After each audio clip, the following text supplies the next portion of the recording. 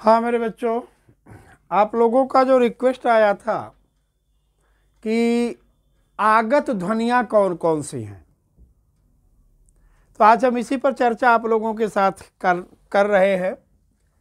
हिंदी में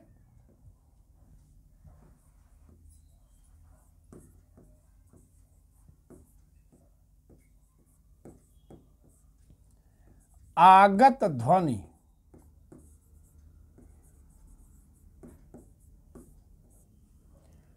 अब देखो मेरे बच्चों, यहाँ पर न तो हमने वर्णमाला का नाम लिया न भाषा का नाम लिया हूँ। क्यों? क्योंकि दोनों के प्रश्न अलग अलग हैं। हिंदी वर्णमाला में आगत ध्वनियाँ, हिंदी भाषा में आगत ध्वनियाँ। तो पहले हम आगत ध्वनि ही लेके चल रहे हैं। हिंदी में आगत ध्वनि कौन कौन सी हैं?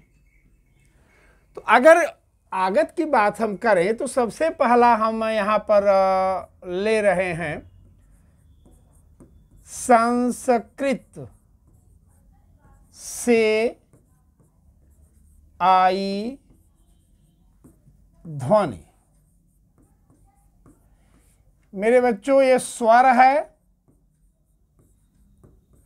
जिसको हम री के नाम से जानते हैं। इसे याद रखिएगा, ये संस्कृत से आई हुई ध्वनि है। दूसरे यहां पर हम लिख रहे हैं फारसी।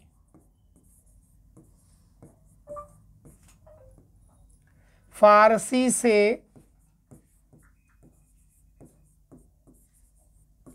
आई ध्वनि कौन कौन से है? तो यह क, ख, ग, ज और फ। ये 5 ध्वनियाँ जो हैं हिंदी में, ये फारसी से आई हुई हैं, फारसी भाषा की ध्वनियाँ हैं। अब आते हैं तीसरे पोजीशन पर। तो तीसरे पोजीशन पर है अपभ्रंश से आई हुई। ठीक है, अपभ्रंश से आई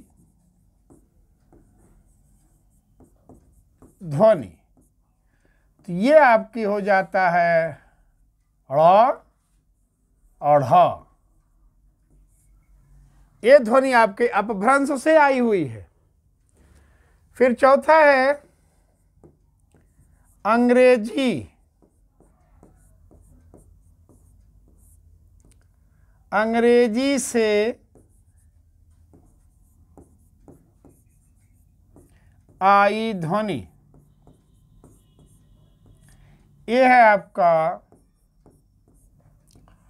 अ। तो ये ध्वनियाँ हमारे वर्णमाला में तो नहीं, क्योंकि वर्णमाला में सिर्फ ये आएगी, ये वर्णमाला में आएगी मेरे बच्चों। बाकी जो देख रहे हैं ये भाषा में, ये भाषागत हम कर देते हैं इसको, क्योंकि इनका स्थान हमारे वर्णमाला में नहीं है।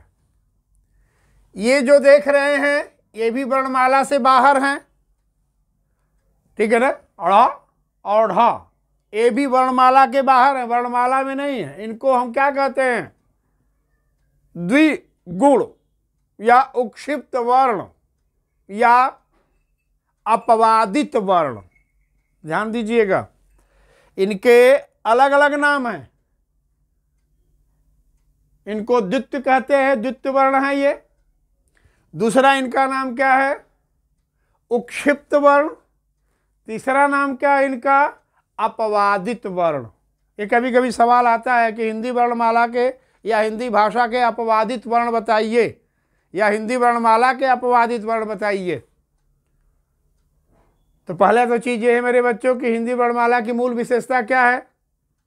तो हिंदी वर्णमाला की मूल विशेषता सबसे पहला यही है कि एक लिपि में एक ही ध्वनि होती है, यानी एक ध्वनि के लिए एक लिपि है।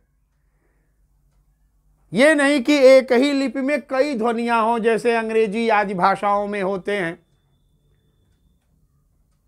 स कहीं ग बन जा रहा है, कहीं ज बन रहा जा रहा है, कहीं स बन जा रहा है। वाई जो है कहीं आई बन रहा है, कहीं आ बन रहा है, कहीं ई बन रही है, कहीं अ बन रहा है। इस तरह का जो दुविधा है वो हिंदी वर्णमाला में नहीं है। हिंदी वर्णमाला की सबसे प्रधान विशेषता ये है कि एक लिपि में एक ही ध्वनि होती है, किंतु ये जो दो लिपियां देख रहे हैं ये हिंदी वर्णमाला के प्रधान विशेषता से हट कर हैं।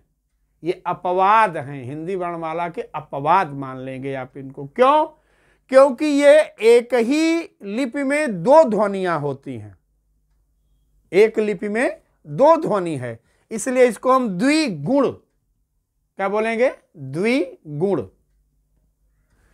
इन्हीं को उक्षिप्त भी बोलते हैं, क्योंकि इनके उच्चरित वायु को हमारी जिह्वा झटके से बाहर फेंकती है। उक्षिप्त माने शीघ्रता से फेंकना, तो इनके उच्चरित वायु को जिह्वा झटके से बाहर फेंकती है, इसलिए इनका नाम एक उक्षिप्त भी है। और ये अपवादित भी है, क्योंकि हिंदी वर्णमाला की विशेषता से हट करके इनका विशेषता है। बाकी ये जो कि देख रहे हैं अ, ये अंग्रेजी से आए हुए हैं। इनका अभी भी आपके वर्णमाला में या आपकी भाषा में मानक नहीं बना है। हाँ, सामान्य भाषाई व्यापार में अधिकाधिक इनका प्रयोग होने लगा है, जैसे ऑफिसर, ऑफ, ये जो हम बोलते हैं। वस्तुतः वर्तमान की जो हम लोगों की भाषा है ये तो हिंदी रह नहीं गई। वर्तमान अद्यतन जो भाषा अगर कही जाए, अद्यतन तत्काल की भाषा, तो ये तो हिंग्लिश है।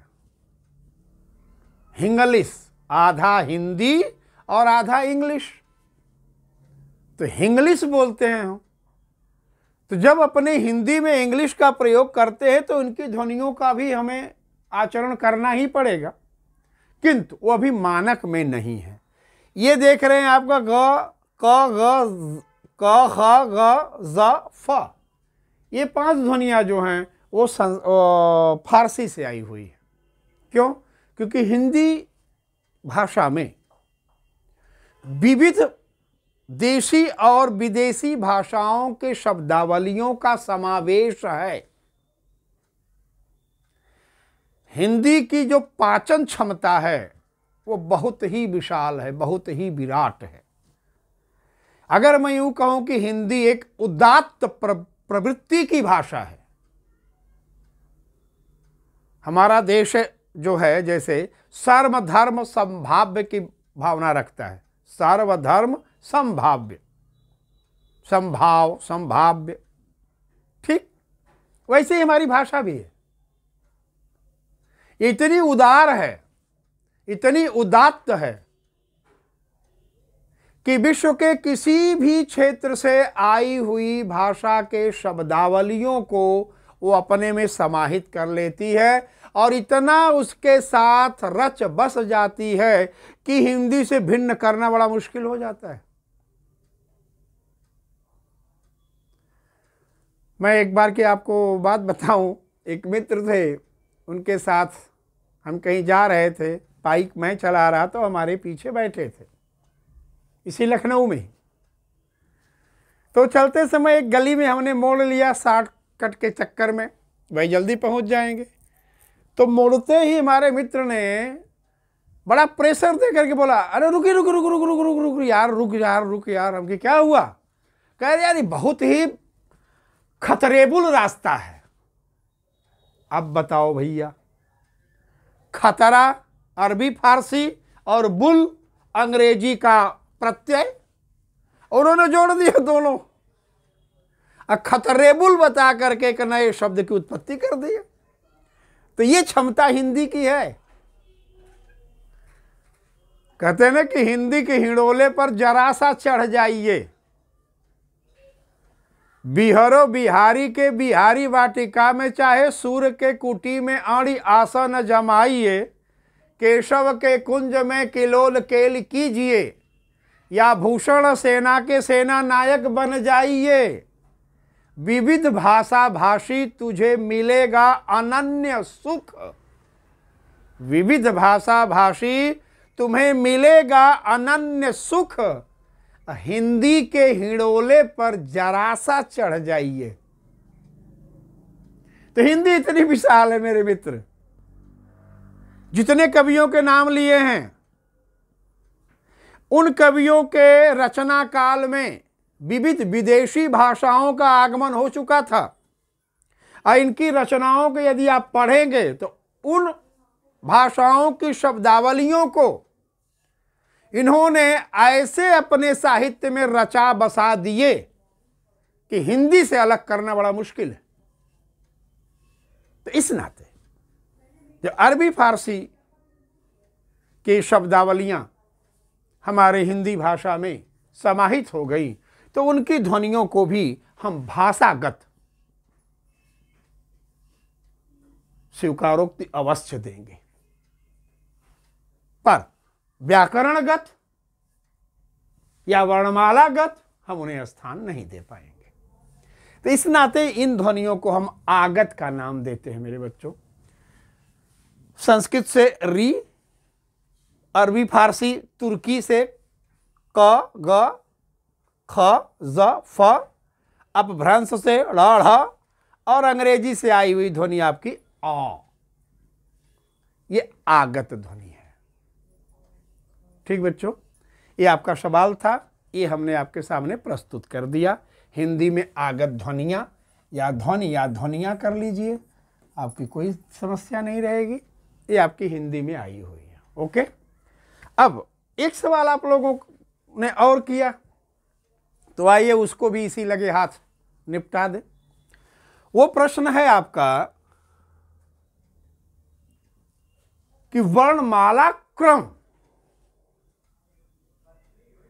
कई बच्चों ने पूछा कि सर वर्णमाला क्रम क्या है, यानी वर्णों को हम किस क्रम से लगाए हैं हिंदी में, उसकी वो जानकारी आपको चाहिए। ठीक, तो अगर आप ध्यान से देखेंगे तो हिंदी के जो वर्ण क्रम है वो कहीं न कहीं संस्कृत के वर्ण क्रमों को फॉलो करता है।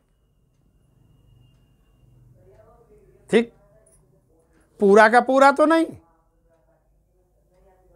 पर व्यंजनात् जितने भी क्रम हैं संस्कृत वाले, वो व्यंजनात् सारे क्रम हिंदी ने अडॉप्ट कर लिया। ठीक है, तो जैसे अगर हम संस्कृत के वर्णमाला की बात करें तो संस्कृत की वर्णमाला सीधे सीधे डिपेंड करती है किस पर? माहेश्वर सूत्र पर। और माहेश्वर सूत्र को देखोगे तो दो वर्गों में विभक्त है, अच और हल। अच यानी स्वर पहले है और हल जो है वो बाद में आता है। वर्णमाला हिंदी में भी देखेंगे तो पहले स्वर आएगा, फिर व्यंजन की व्यवस्था हम करते हैं। अब इनमें कहां अंतर आएगा? तो हल में पहले ही पंचमाक्षर दे देगा, लेकिन यहां पर उस क्रम को उल्टा कर दिया है। जैसे आई उड़ रि क हायावारट लड़ यमंगणनम, पंचमाक्षर हो गया। यमंगणनम झभाय घाणा दस, झब गाणा दस, खपा चटत चटता व कपा या ससार हल। तो प्रथमाक्षर सबसे नीचे आ गया, पंचमाक्षर, चतुर्थाक्षर, तृतीयाक्षर, द्वितीयाक्षर और पंचमाक्षर ये संस्कृत वर्णमाला का है, यानी माहेश्वर सूत्र है। संस्कृत वर्णमाला नहीं, माहेश्वर सूत्र है। अब इसको जब संस्कृत ने लिया तो क वर्ग, च वर्ग, ट वर्ग, त वर्ग और प वर्ग के हिसाब से लिया। वही वर्ग आज हिंदी में भी है। तो पहला चीज कि आपका जो ये वर्णमाला है इसका क्रम क्या है, कैसे है? भाई साहब जरा देखिएगा, ये कहाँ से क्या आ गया? वो कट वाला दबा दीजिए ऊपर। कौन सा कट वाला? ऊपर हाई वाला। अब जरा भाई बताते रहिए, क्योंकि मैं अभी नवसुख हुआ हूँ इसके लिए। ठीक है, तो आइए हम आपको वर्णमाला क्रम कैसे है उसको देखा जाए।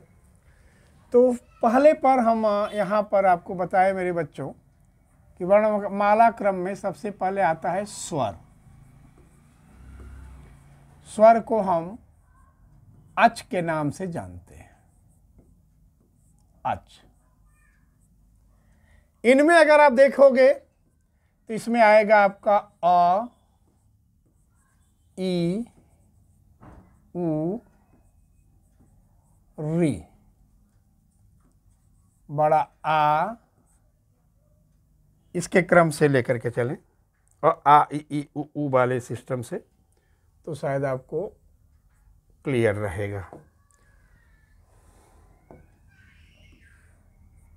जो संस्कृत का भेद हो जाएगा ना, अ, आ, ई, उ, री, ए, आई, ओ, औ। ये आपका स्वर है। दूसरे क्रम पर आता है अयोगवाह।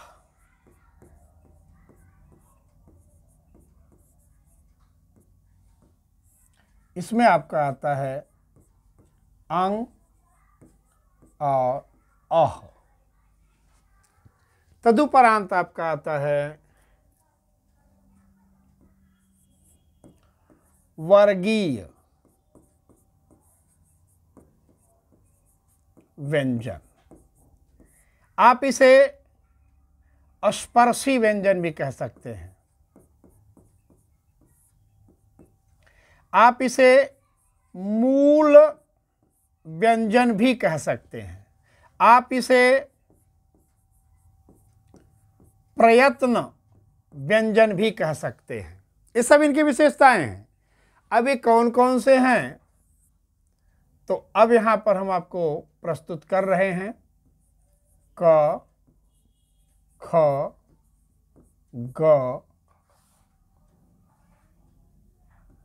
घ और अंग। च, छ, ज, झ, य, ट, ठ, ड, ढ, ळ, त, थ, द, ध, न, प, फ, ब, भ, म।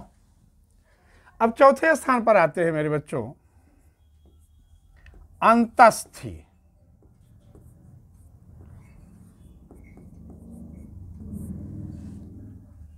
ठीक है, इस अंतस्थी को आप स्वरीय व्यंजन कह सकते हैं,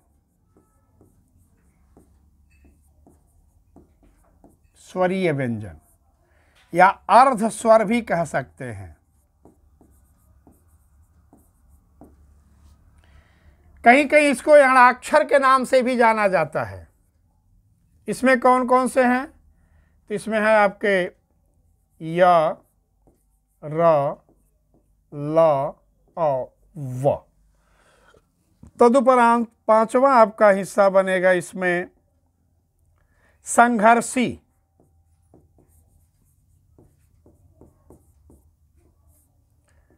संघर्षी को आप उष्म भी कह सकते हैं,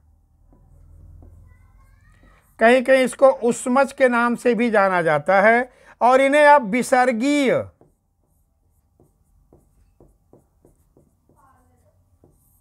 व्यंजन भी कह सकते हैं।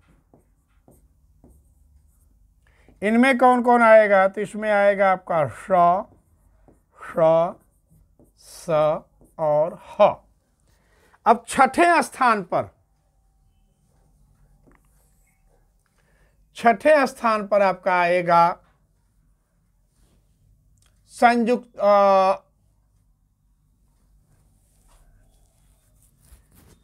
संयुक्ताक्षर।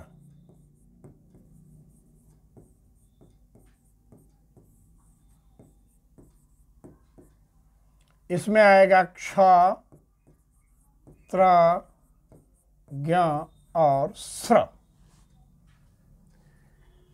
अब ये आपका क्रम है, पहले स्वर है, फिर अयोगवाह है, फिर वर्गीय व्यंजन है, फिर अंतस्थ व्यंजन है, फिर संघर्षी व्यंजन है, फिर संयुक्ताक्षर है।